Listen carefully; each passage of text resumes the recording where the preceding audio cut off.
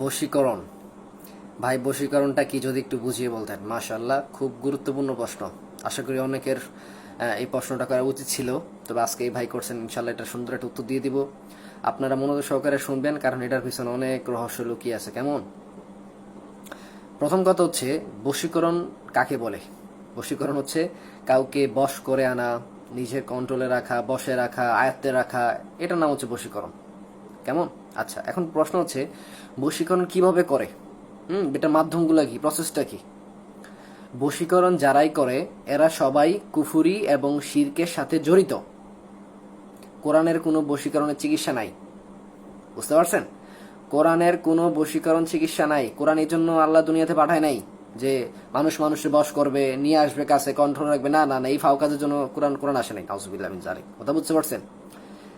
এই কাজগুলো কারা করে? যারা কুফুরি করে। এটা হতে পারে আপনার বাড়ির ইমাম, হতে পারে কোনো কবিরাজ, তান্ত্রিক। এরা হচ্ছে বশীকরণ করে। কিভাবে করে? আপনি যারা কুফরি করতে চান, যারা বশ করতে চান, তার নাম, পিতার নাম, মাতার নাম, তার বিভিন্ন জিনিসপত্র, এগুলোর মাধ্যমে কবিরাজে তান্ত্রিকের কাছে দেয়। এবার তান্ত্রিক তার থেকে মোটা অঙ্কের 20-50-1 লাখ টাকা নিয়ে তার উপর জিন চালান দেয়। মানে ধরেন আপনি আপনার ওয়াইফের উপর করতে চাচ্ছেন, হ্যাঁ, বিষয়টা এরকম হয়। তখন এই দেখেন আপনি আপনার ওয়াইফের জীবন কেমন ধ্বংস করেনি। দেখেন আপনি তখন ওয়াইফের নামটা সেটা কবিরাজে তান্ত্রিকের কাছে দেন। ওই তান্ত্রিক তার জিন আপনার ওয়াইফের উপরে চালান দেয়। চালান দেওয়ার পরে আপনার ওয়াইফের মাথার মধ্যে সে এটা এক ধরনের জাদু কাজ করে। এই জাদু কাজ করার ফলে সে অচেতন হয়ে যায়, অজ্ঞান হয়ে যায়, অসুস্থ হয়ে যায়। এখন যেই জিন আপনি পাঠাইছেন আপনার ওয়াইফকে ঠিক করার জন্য, আপনার বসে আসার জন্য, ওই জিন কি করে? আপনার ওয়াইফের প্রেমে পড়ে যায় বা পছন্দ করে। তখন আপনার ওয়াইফের সাথে শারীরিক সম্পর্ক ওই জিন, মানে ওই জিন আপনার ওয়াইফকে পছন্দ করে ফেলে, যেটাকে আমরা আশিক জিন বলি, লাভার জিন বলি। ওই জিন তখন আপনি আপনার ওয়াইফের ক্ষতি আপনি নিজে করছেন।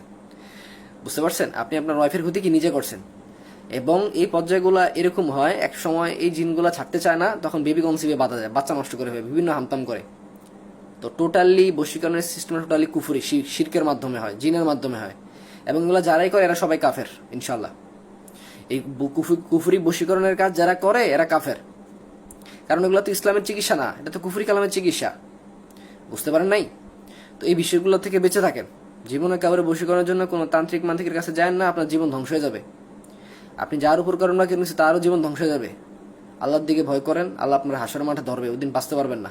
সুতরাং এই বশীকরণের এই ধরনের কাজগুলো কখনো করবেন না, আল্লাহর ওয়াস্তে। আসসালামু আলাইকুম।